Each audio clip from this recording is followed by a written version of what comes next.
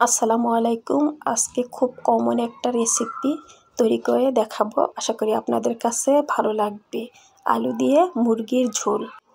1 কাপের 4 ভাগের 1 ভাগ তেল দিয়ে দিচ্ছি এখানে এলাচ, দারচিনি, তেজপাতা দিয়ে কিছুক্ষণ ভেজে নেব যেন গরম মশলার একটা সেন্ট বের হয়।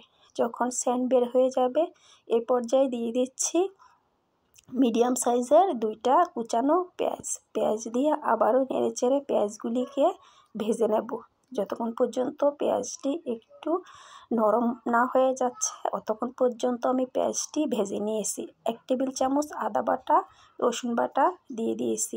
আদা রসুন বাটা দিয়ে আবারও কিছুক্ষণ নেড়েচেড়ে কষিয়ে নিচ্ছি যেন আদা রসুনের গন্ধটা না থাকে। আদা রসুনের গন্ধটা যখন চলে যাবে এখানে দিয়ে দেব আমি স্বাদ মতন লবণ দিয়ে দিচ্ছি। লবণ দেওয়ার পরে 1 চা চামচ পরিমাণ 1 চা চামচ গুঁড়ামরিচ দিয়ে দিচ্ছি।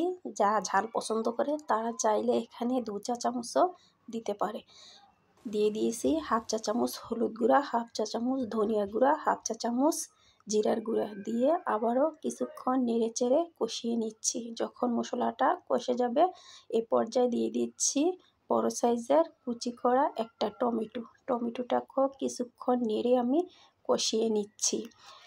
চুলার জালটাকে মিডিয়ামে রেখে আমি টমেটোগুলি কষিয়ে নিচ্ছি 2-3 মিনিট পরে যখন টমেটো গলে গেছে এ পর্যায়ে দিয়ে দিয়েছি এখানে আমি 1 কেজি পরিমাণ মুরগির মাংসটা ছোট করে কেটে ভালোভাবে পরিষ্কার করে ধুয়ে পানি ঝরিয়ে নিয়েছি যেন মুরগির মাংস থেকে পানি না ওঠে।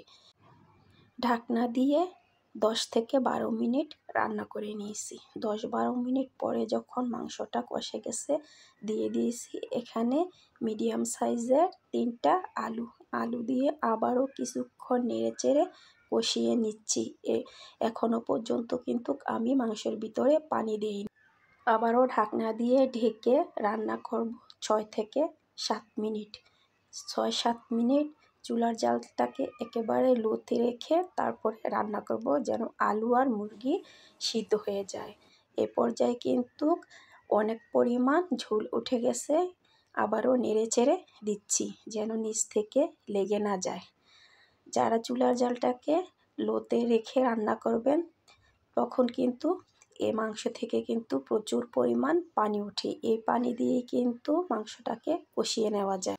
এখানে আমি 2 কাপ পানি দিয়ে নেড়েচেড়ে আবারও ঢাকনা দিয়ে রান্না করব 5-10 মিনিট যতক্ষণ পর্যন্ত ঝোলটা টেনে না যায় এতক্ষণ পর্যন্ত রান্না করে নিয়েছি। ঝোলটা যখন টেনে মাখামাখা হয়ে গেছে এই পর্যায়ে কিন্তু নামিয়ে আপনাদের সামনে পরিবেশন করে দেখাচ্ছি। আজকের মতো এই পর্যন্তই। আল্লাহ হাফেজ।